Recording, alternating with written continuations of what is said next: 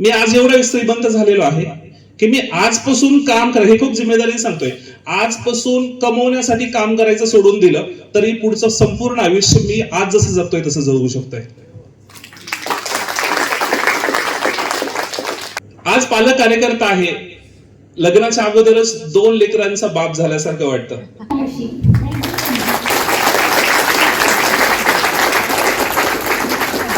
सुस्वागतम सुस्वागतम सुस्वागतम.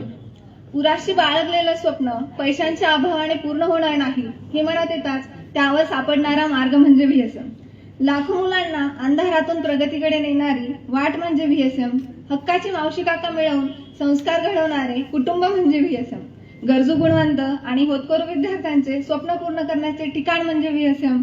प्रगतीशील महाराष्ट्रासाठी झटणारी संस्था म्हणजे व्हीएसएम. प्रगतीशील महाराष्ट्रासाठी झटणारी संस्था म्हणजे व्हीएसएम. नमस्कार सर्वांना. शुभ सकाळ.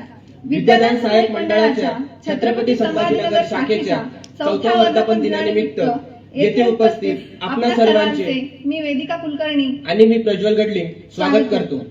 आमच्या सर्वांच्या आणि खास करून मैथिली मावशीने दिलेल्या आग्रहाच्या आमंत्रणाचा मान ठेवून थेट ठाण्याहून आलेला आमच्या सर्वांचा लाडका भरत दादा याला मी त्याचा व्हीएसएम मधील प्रवास सर्वांसमोर उलगडून दाखवण्याची विनंती करते. भरत दादा.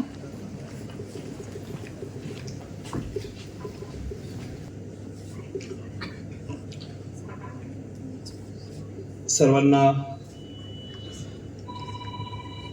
विद्यादान सहाय्यक मंडळ छत्रपती संभाजीनगर या शाखेच्या 4थ्या वर्धापन दिनानिमित्त सगळे इथे उत्साहाने सकाळपासून उपस्थित आहात, त्यासाठी मी तुमचे मनापासून आभारी आहे आणि तुमचे स्वागत आहे. मी भरत सुदामती सुंदरराव कदम, मूळचा बीडचा म्हणजेच मराठवाड्यातला, त्यामुळे मराठवाड्याचा छत्रपती संभाजीनगर या शाखेचा कार्यकर्ता म्हणून होम मधून मी ठाण्यावरून आलेल्या सगळ्या आमच्या कार्यकर्त्यांचं स्वागत करतोय. मी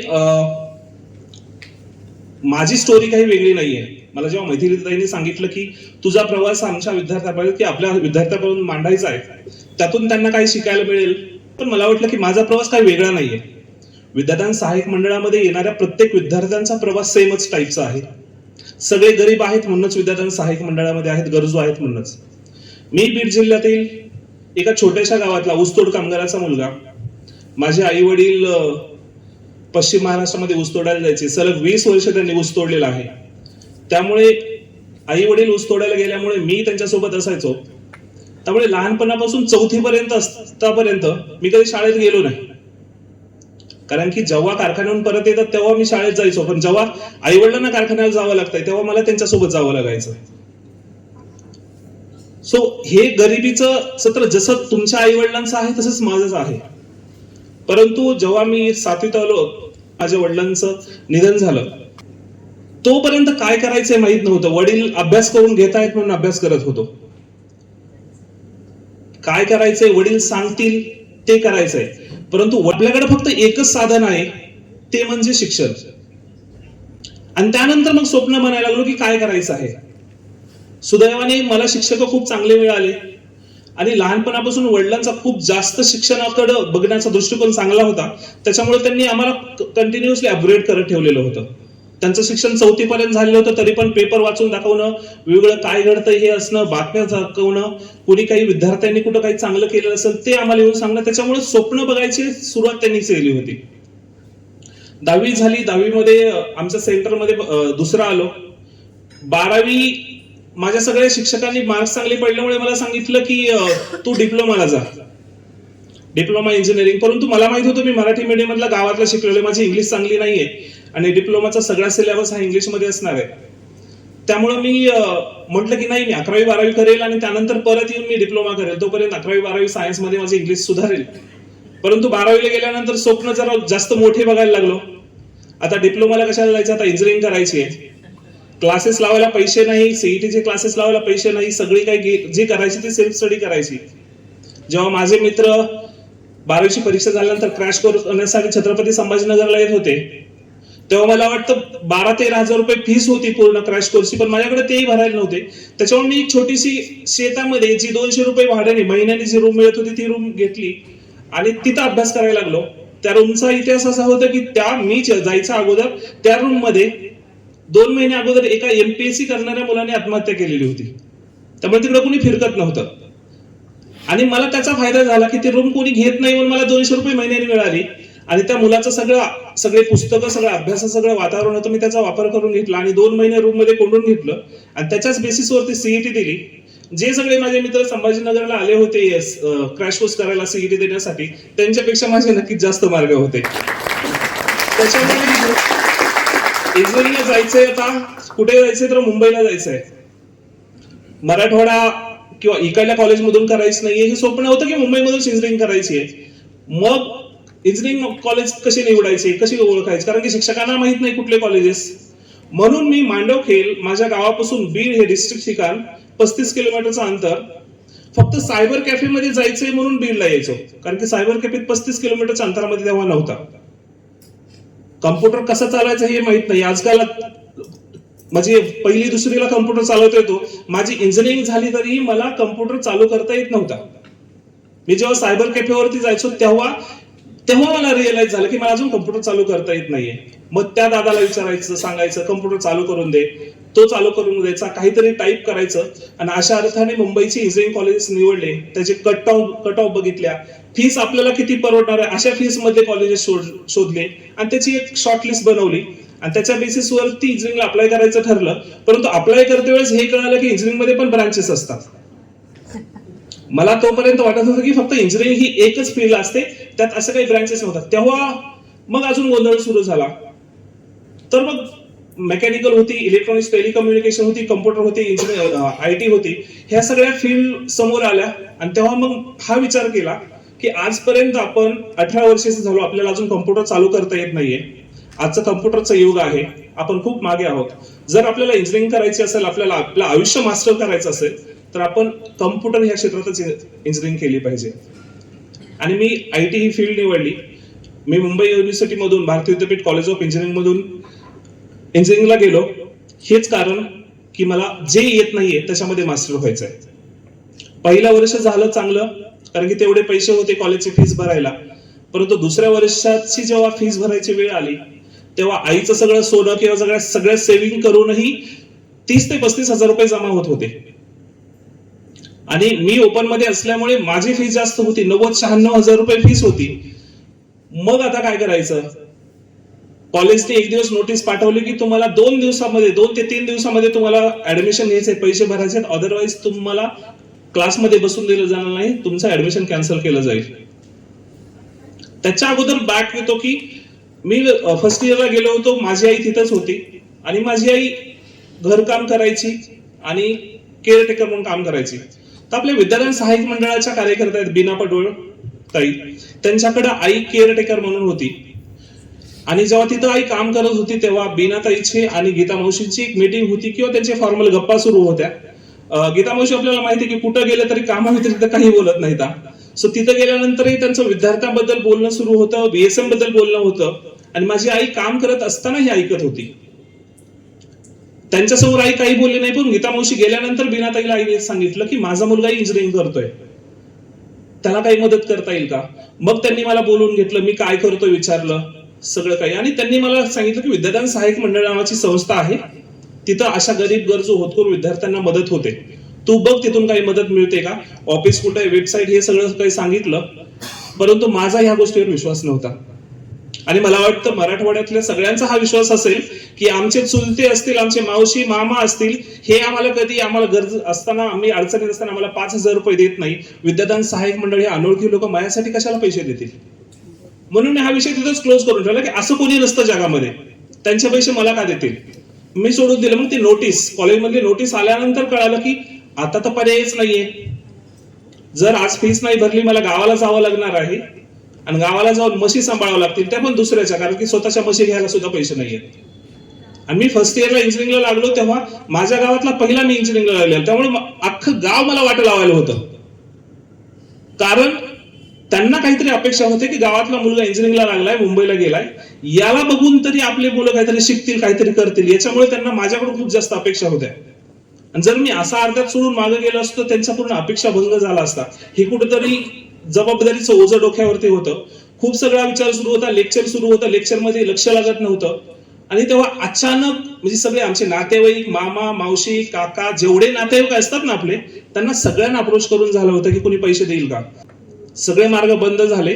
तेव्हा कुठेतरी बॅक ऑफ द माइंडला लक्षात आलं की बीनाताईने असं काहीतरी सांगितलं होतं विद्यादान, म्हणजे त्याला 1 महिना होऊन गेला होता आणि त्याला मी सिरियसली घेतलेलं नसल्यामुळे मला विद्यादान सहाय्यक मंडळ हे नावही व्यवस्थित आठवत नव्हतं.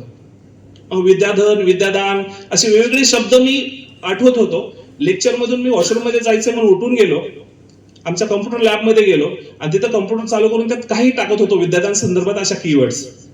आणि सुदैवाने बऱ्याच अर्धा तास प्रयत्न केल्यानंतर विद्यादान सहाय्यक मंडळाची आपली जुनी वेबसाईट मला सापडली. तिथं बघितलं जुन्या वेबसाईटवरती काही जास्त कंटेंट नव्हता, थोडासा कंटेंट होता. गीता मावशीचे 1-2 व्हिडिओ होते आणि ते व्हिडिओ बघितले, तो कंटेंट वाचला आणि तेव्हा स्वतःला सांगितलं भरत हे तुझ्यासाठीच आहे. ही संस्था जे करते हे तुझ्यासाठीच आहे, तू याच्यात परफेक्ट बसतो हे स्वतःला सांगितलं. आणि तर गीता मावशीचा नंबर घेतला. दुपारचे 1:30 वाजलेले होते. तिथून कॉलेजमधून गीता मावशीला फोन केला, त्यांचा ब्रेक सुरू होता आणि तेव्हा त्यांनी 2 मिनिटांमध्ये माझ्याबद्दल काही माहिती करून घेतली आणि त्यांचे काही प्रश्न होते ते विचारले आणि मला संध्याकाळी माझे डॉक्युमेंट घेऊन घरी बोलवलं. सुदैवाने मी ठाण्यामध्ये जिथं राहत होतो त्याच एरियामध्ये गीता मावशी राहत होत्या. त्याच्यामुळे मला ज्या दिवशी बोलणं झालं त्याच दिवशी संध्याकाळी गीता मावशीच्या घरी माझी मीटिंग झाली आणि माझे डॉक्युमेंट बघून, माझ्याबद्दल ऐकून गीता मावशीने मला एवढं झाड जाडलं की तुझी लायकी नाही इंजिनिअरिंगला यायची, तू इंजिनिअरिंगला कशाला आलायस, तू दुसऱ्या फील्ड निवडायच्यास, एवढे पैसे नाहीत, आपली अवकात नाहीत, आपण इकडे कशाला यायचं. असं बरंच काही झालं होतं. कारण की तेव्हा विद्यादान सहाय्यक मंडळाकडे पैसे नसायचे. एका विद्यार्थ्यांना 1 लाख रुपये द्यायचे. त्या गीता मावशीचा हा विचार असेल की 1 लाखामध्ये माझ्या 20-20 हजारामधले 4-5 विद्यार्थी होतील, एकावरती आम्ही काय एवढे इन्व्हेस्ट करायचे. परंतु बरंच 1-1.5 तासाच्या सगळी चर्चा झाल्यानंतर, रडारडी झाल्यानंतर मला अपेक्षा राहिली नव्हती. परंतु सुदैवाने 2 दिवसानंतर पुन्हा VSMच्या ऑफिसमधून फोन आला की शनिवारी तुझा इंटरव्ह्यू आहे, ऑफिसला ये. आणि तो इंटरव्ह्यू सगळ्यात मला वाटतं खूप लेंथी झाला होता माझ्या हिस्ट्रीमध्ये, की तेच कारण होतं की तेव्हा VSMची पैसे देण्याची कॅपॅसिटी कमी होती. तेव्हा एका विद्यार्थ्यांना आपण 40,000च्या वरती पैसे देत नव्हतो आणि माझ्या पॅनलमध्ये खूप सगळे लोक होते, म्हणजे ऑफिस सगळं फुल भरलेलं होतं. निवेदिता मावशी पण होत्या, अरुण काका होते. आणि इंटरव्ह्यू 15 मिनिट झाला, मला बाहेर बसवलं, त्यांच्या चर्चा झाल्या, पुन्हा आतमध्ये आलं, पुन्हा अजून काही क्वेश्चन विचारले, पुन्हा बाहेर बसवलं. असं 3 वेळेस झालं. मी म्हटलं मला यांना घ्यायचं नाही वाटतं म्हणून असं बाहेर रात करतायत. प्रश्न हाच होता की गीता मावशीचा की आपण जर 40,000 रुपये याला जरी दिले आज तरी याची 96,000 रुपये फीस आहे, फीस भरणं होत नाही, कॉलेजला ऍडमिशन होत नाही, मग आपण पैसे देऊन काय फायदा आहे. केलं तर ह्याचा प्रश्न सॉल्व्ह झाला पाहिजे. आणि तिथून त्यांनी मीटिंग मधूनच संदीप भागवत काकांना फोन केला, त्यांचं काय बोलणं झालं. आणि संदीप भागवत काका आम्हाला न बघता हा विद्यार्थी कोण आहे हे न जाणता फक्त विद्यादान सहाय्यक मंडळाने निर्णय घेतलाय आणि गीता मावशीने सांगितलंय म्हणून संदीप काकांनी फोनवरती सांगितलं की याची वरची जी फीस असेल, जे काही पैसे असतील ते मी द्यायला तयार आहे. तोपर्यंत मी सगळ्या बीडच्या सगळ्या बँका असतील, ठाण्यातल्या सगळ्या बँका एज्युकेशन लोन साठी मी पालत्या घालून ठेवल्या होत्या. लिटरली तिथले मॅनेजर भिकारीसारखे बाहेर काढायचे. त्यामुळे सगळं कुठल्या अपेक्षाच राहिलेल्या नव्हत्या.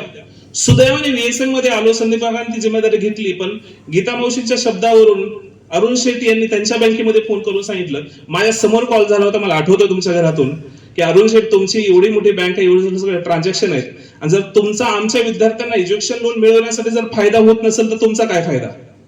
हे शब्द होते एक्झॅक्टली. आणि अरुण शेट्टींनी मॅनेजरला फोन करून सांगितलं, ते विदेशामध्ये होते. मी दुसऱ्या दिवशी मी आणि माझे पालक कार्यकर्ता बँकेमध्ये गेलो आणि लिटरली तिथला मॅनेजर आम्हाला पाणी घेऊन आला होता.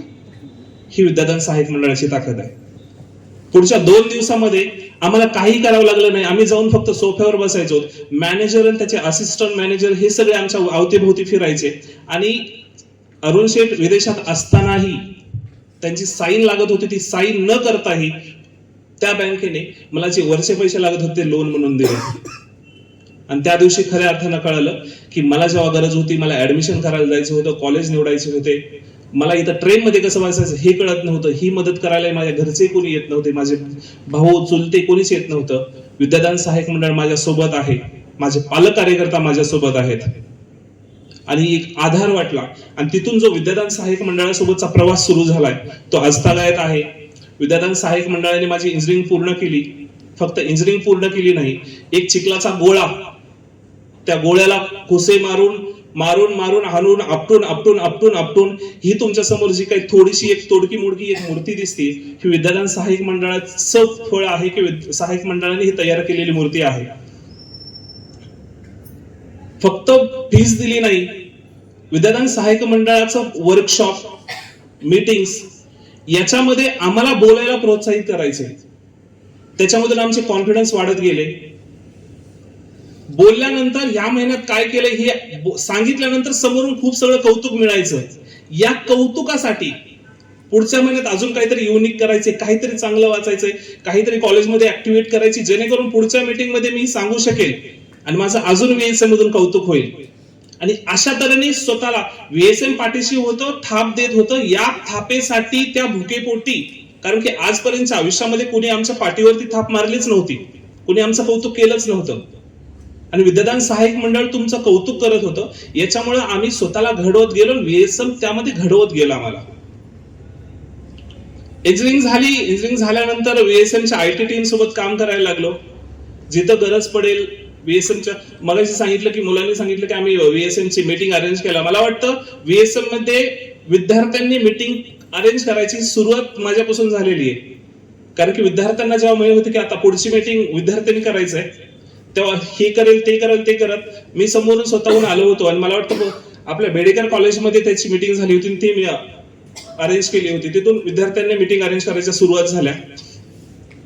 या प्रवासामध्ये खूप चढउतार आले, कारण माझे पालक कार्यकर्ता ज्या दिवशी मी VSM मध्ये आलो त्या दिवशी अरुण काकाबाई VSM मध्ये आले होते. आणि त्याच्यामुळे त्यांच्या अपेक्षा माझ्याकडून खूप वेगळ्या असायच्या. मला कळायचं नाही त्यांना काय त्या अपेक्षा करायच्या, पण ते बोलून नाही दाखवायचे. त्यांना अपेक्षित होतं की माझा विद्यार्थी खूप चांगला झाला पाहिजे, त्यासाठी प्रचंड मेहनत करायची. रात्री 11 वाजता त्यांना बोलवलं, मी स्टेशनला आलो तर 11 वाजता स्टेशनला यायचे. मला कॉलेजमध्ये काही अडचण असेल कॉलेजमध्ये यायचे, बँकेत काही अडचण असेल बँकेमध्ये यायचे. त्याच्यामुळे ते माझ्यासाठी खूप करत होते. त्यामुळे त्यांनाही साहजिक आहे माझ्याकडून अपेक्षा खूप साऱ्या असणार, परंतु त्या कुठेतरी अपेक्षा माझ्याकडून पूर्ण होत नव्हत्या कदाचित. त्याच्यामुळं ते नेहमी नाराज असायचे. मग ते माझ्या कंप्लेंट गीता मावशीला करायचे. गीता मावशी बरेच दिवस ऐकायचे पुन्हा 2-3 महिन्यातून एकदा आमची मीटिंग ठेवायची आणि पुन्हा सगळी झाडाझडती व्हायची. सगळी झाडाझडती झाल्यानंतर पुन्हा अजून ट्रॅकवरती आपण यायचो. सो असे 3-4 वर्ष झाले. आज विद्यादान सहाय्यक मंडळामध्ये मी पालक कार्यकर्ता झालोय. त्याच्यामुळे आज जेव्हा मी माझ्या पाल्यांना बघतो, माझ्या मुलांना मुलींना बघतो आणि त्यांच्याकडून माझ्या ज्या अपेक्षा असतात त्या जेव्हा माझ्या अपेक्षा पूर्ण होत नाही तेव्हा थोडंसं दुःख होतं ना. ते मला मी रिलेट करतो की अरुण काकांना हीच असेल. मला अरुण काकाचा तेव्हा राग यायचा, यांनी मला बोलावं ना, गीता मावशीला कशाला सांगायचंय. जर गीता मावशींनी जर मला VSM मधून काढून टाकलं तर माझं आयुष्य खराब होईल. त्याच्यामुळे मला राग यायचा अरुण काकांचा. पण अरुण काका माझ्यासाठी हे बॅकग्राऊंडला करतायत ही मला आज रिअलाइज होत आहे. सो आपले पालक कार्यकर्ते जेव्हा आपल्यावरती चिडतात, काहीतरी आपल्याकडून अपेक्षा करतात ना, त्या खऱ्या अर्थानं आपल्यासाठीच असतात. मला वाटतं 3rd इयर मध्ये असताना एक इन्सिडेंट खूप सिरियस झाला होता माझ्या पालक कार्यकर्त्याचा. आणि मी पूर्ण खाली पडलो होतो, तुटलो फुटलो होतो. त्यावेळेस माझे पालक कार्यकर्ता सोडू नये, रजिताताई असेल, आदिती मावशी असतील, गीता मावशी असेल, प्रसाद बेडेकर काका असतील, अजून कार्यकर्ते, यांनी मला खूप सांभाळलं, त्यांनी उभा केलं त्याच्यामध्ये. आणि त्यामुळे VSM मध्ये फक्त माझ्या पालक कार्यकर्त्यासोबत माझं नातं न राहता इतर पालक कार्यकर्त्यासोबतही खूप चांगलं नातं तयार झालं. आणि हे जेव्हा हे काम करतायत, आपल्यासारखे विद्यार्थी घडवतायत, ही पिढी जेव्हा तयार होते, जेव्हा त्यांच्या चेहऱ्यावरती आनंद येतोय, तर त्या आनंदासाठी, तो आनंद बघून मला वाटत हे एवढे काय आनंद राहू शकतात, एवढा आनंद तर मला पण मिळाला पाहिजे. मग याच्यासाठी आपण याच्यामध्ये काहीतरी गुंतवून घेतलं पाहिजे. जनरली आपले विद्यार्थी इंजिनिअरिंग आपलं शिक्षण झाल्यानंतर संस्थेपासून डिटॅच होतात. त्यांची काही कारण असू शकतात, फायनान्शियल स्टेबल नसतात किंवा इतर काही असतील, कोणाचे लग्न होतात, कोणी दुसरीकडे शिफ्ट होतं. परंतु मी नाही झालो, कारण की मला हा आनंद हवा होता, मी याच्यातून घडत होतो. इंजिनिअरिंग झाली तरी मला नव्हतं वाटत की मी परिपूर्ण झालोय, मला अजून खूप काही करायचंय आणि याच्यामधून मला शिकायला मिळतंय. मी एक्सप्लोर होतोय. मला कुठली अडचण असेल माझ्या करिअर मधली तरी मी माझ्या VSM मध्ये कुठल्या कार्यकर्त्याला सांगितलं तर त्या संबंधातील त्या अडचणी संदर्भातील कुणीतरी एक्सपर्ट VSM मध्ये आहे आणि ती आपल्याला मदत पोहोचते. ही या मदतीची जाणीव किंवा ह्याची किंमत आपल्याला कधी कळते, जेव्हा आपण आपलं बॅकग्राऊंड काय होतं, आपला पास्ट काय होता, आपला भूतकाळ काय होता, हा जर आपण विचार कंटिन्युअसली ठेवला की मी कुठल्या बॅकग्राऊंड मधून आलेलो आहे, माझे आई वडील काय आहेत, माझे चुलत चुलते हे काय आहेत, या जेव्हा विचार करतो ना, तिकडून आपल्याला कुठलीच मदत मिळत नव्हती, तेव्हा हे लोक आपल्याला करतायत ना, तेव्हा याची किंमत कळते. आणि तेव्हा विद्यादान सहाय्यक मंडळामध्ये आयुष्यभर आपल्यासोबत आपल्याला अडकून ठेवायचंय. मी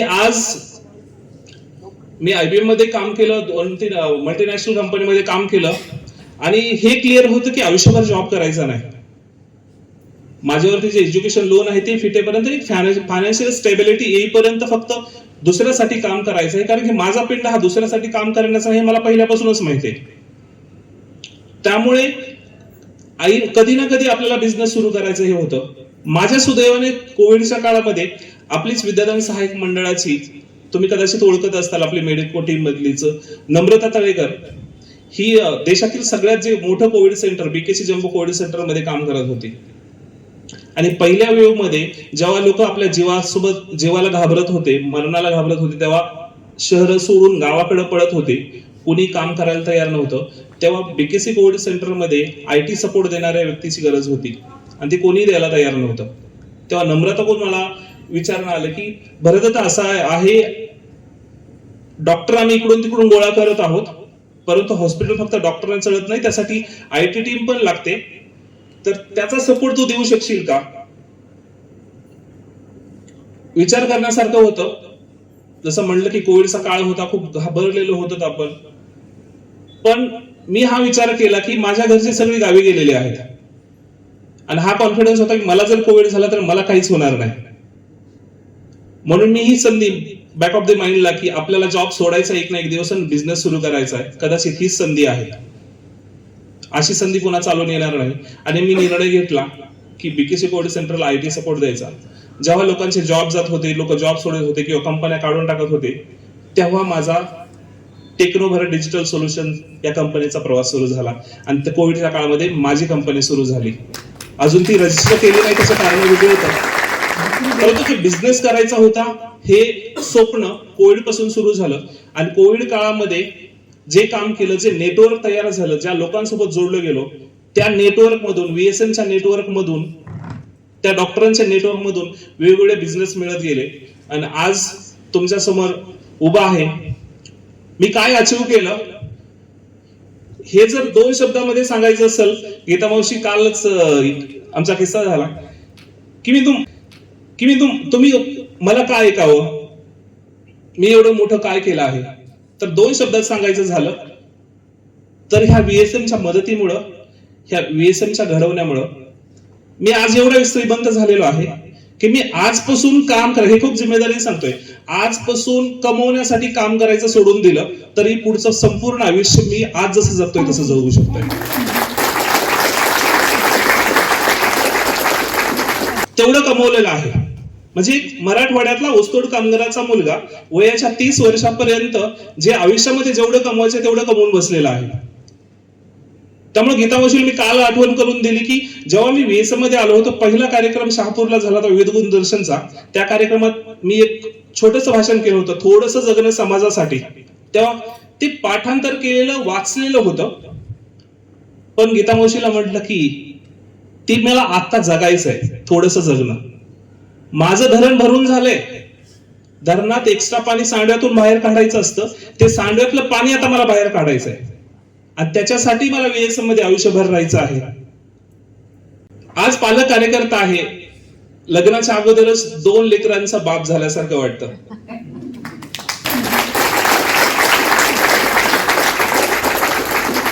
सुदैवाने एवढे चांगले गोड लेकरं मला दिलेले आहेत. आपले जालना जिल्ह्यातलीच निकिता कदम नावाची ऑप्टोमेट्रीची विद्यार्थिनी, फर्स्ट इयरची. म्हणजे यांचं नाव घेतलं तरी मला लिटरली अंगावरती काटा आलाय. मी त्यांच्याबद्दल खूप भावुक होतो.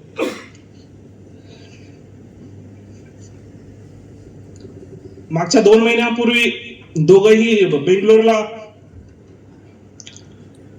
स्टडी टूर साठी गेले होते, इंडस्ट्रियल व्हिजिट साठी. माझी आई मला कशी सांभाळत असेल, माझे पालक कार्यकर्ता मला कशी सांभाळत असतील, सारखं टोकाटोकी आपल्याला करते, कुठं आहेस, काय करतोयस. तेव्हा जेव्हा आपल्याला राग येतो त्यांचा, तेव्हा आज मला माझी मुलगी गेलीये बेंगलोरला, तिला तिथलं पाणी सूट होईल का, तिथं तिला राहण्याची व्यवस्था चांगली आहे का, तिथं सेफ्टी आहे का, सोबत मुली आहेत का, मॅडम आहेत का, ही काळजी कंटिन्युअसली राहत होती. त्यामुळे दिवसातून 10 कॉल व्हायचे की आता कुठे आहेस, काय चाललंय, कुठपर्यंत आलात, काय करायचंय, आता इथून पुढे काय करायचंय. सो त्याच्यामुळे भरून पावली आहे, सगळं काही झालेलं आहे, मला घडवलंय. आता माझी जिम्मेदारी आहे या येणाऱ्या पिढ्या, येणारे विद्यार्थी घडवायचे, आणि त्यासाठी आपलं आयुष्य आपण द्यायचं आहे.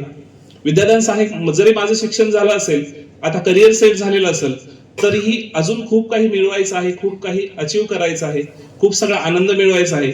आणि हा फक्त विद्यादान सहाय्यक मंडळातून मिळू शकतो. या लोकांनी, गीता मावशी असतील किंवा निवेदिता मावशी असतील, सगळेच कार्यकर्ते असतील, आपल्याला शिकवण्यासाठी खूप कष्ट घेत आहेत. परवा दिवशी आम्ही जेव्हा वॉकला गेलो तेव्हा काशीनाथ घाणेकरच्या तिथं बाहेर गीता मावशीने मला बॅनर दाखवलं, हे रात्री 11 वाजता लावलंय मी येऊन.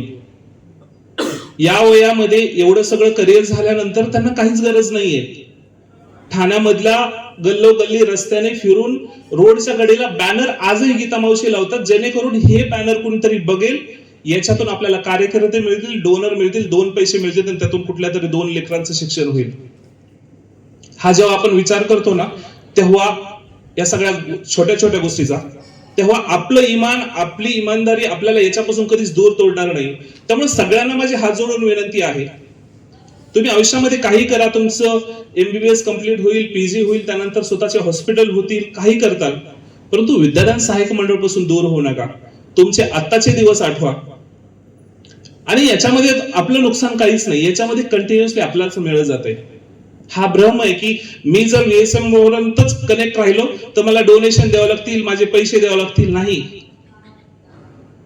जर आपल्याकडे खूप सगळा पैसा आला, आपण 2 पैसे जरी दिले ना, त्या पैशात जे आनंद मिळणार आहे त्याच्यापेक्षा कित्येक पटीने आनंद ह्या विद्यादान सहाय्यक मंडळामध्ये मिळतोय. करिअरमध्ये काही सांगता येत, आपण कधी पडतो, कधी ढासळतो, काहीही सांगता येत नाही. ह्या ढासळण्यापासून वाचायचं असेल आणि त्यातून पुन्हा उभं राहायचं असेल, त्यासाठी मदत करायला कोणतरी लागतं, तेव्हा विद्यादान सहाय्यक मंडळ आपल्या सोबत असणार आहे. तर शेवटी एवढंच मी सांगेल की आताचे कार्यकर्ते, VSM खूप मेहनत घेत आहे एक रुपया गोळा करण्यासाठी. आज जवळपास 1000 विद्यार्थ्यांना स्वतःच्या पायावरती उभं केलंय, ते कुटुंब सुधारलेत. त्याच्यातून यावर्षी 750 पेक्षा जास्त विद्यार्थी उभे राहत आहेत. खूप मोठं काम आहे, आणि या कामामध्ये आपल्याला त्यांना हातभार लावायचा आहे. आपल्याला वडाची पारंबी सारखं व्हायचंय. वडाचं झाड सगळ्यांना सावली देत असतं, आणि ती सावली जर प्रत्येक खेड्यापर्यंत, गावामध्ये प्रत्येक पाड्यापर्यंत जर पोहोचायचं असेल, त्या झाडाच्या फांद्या, त्या वडाच्या फांद्या तिथपर्यंत पोहोचल्या पाहिजेत. आणि वडाचा गोंधळ जर तुम्हाला माहित असेल तर जशी जशी वडाची फांदी लांबते तशी तशी त्याला पारंब्या सुटतात. पारंबी जेव्हा येते तेव्हा खूप छोटी असते, ती छोटी पारंबी आपण आता आहोत असं समजायचं. पण ती पारंबी जशी जशी खाली येईल आणि जमिनीवर टेकल तशी तशी ती पारंबी मोठी व्हायला लागते, खोडाप्रमाणे मोठी होते, आणि त्या फांदीला सपोर्ट देते. त्या फांदीला सपोर्ट झाल्यानंतर ती फांदी अजून तेवढीच पुढे जाते. आपल्याला या वटवृक्षाचं, विद्यादान सहाय्यक मंडळ या वटवृक्षाची त्या पारंब्या व्हायचंय. पुढे जाऊन कळालं नाही पाहिजे की ह्या वडाचं मूळ बोड कुठलं आहे आणि याच्या पारंब्या कुठल्या आहेत. जर आपण तेवढ्या जर पारंब्या झालो तर विद्यादान सहाय्यक मंडळ पूर्ण महाराष्ट्रामध्ये किंबहुना पूर्ण देशामध्ये पसरेल, आणि आपल्यासारखेच जे गळून पडलेले पान आहेत ते उभे राहतील, आणि त्यातून नवीन नवीन वटवृक्ष उभे राहतील. एवढी अपेक्षा व्यक्त करतो आणि इथे थांबतो. धन्यवाद. खूप खूप शुभेच्छा.